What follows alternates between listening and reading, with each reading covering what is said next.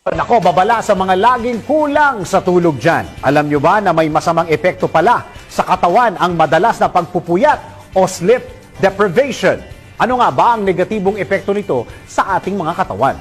Sanay ka na ba na laging late matulog? Tipong lagi kang puyat o yung tinatawag na sleep deprivation? Naku, ayon sa Philippine Society of Sleep Medicine, malaking epekto ng pagpupuyat o sleep deprivation sa kalusugan. Ayon kay Dr. Michael Sarte, isang sleep medicine specialist, kapag nakakaranas ng kakulangan sa tulog ang tao, nagkakaroon nito ng sleep debt na ang ibig sabihin ay dapat itong mabayaran o mabawi dahil nakakahina ito ng immune system. Lumilitaw naman sa bagong pag-aaral ng isang British researcher na ang mga taong kulang sa tulog ay nagiging obese at overweight, nagkakaroon ng diabetes, heart disease at hindi nagiging maganda ang metabolic health conditions.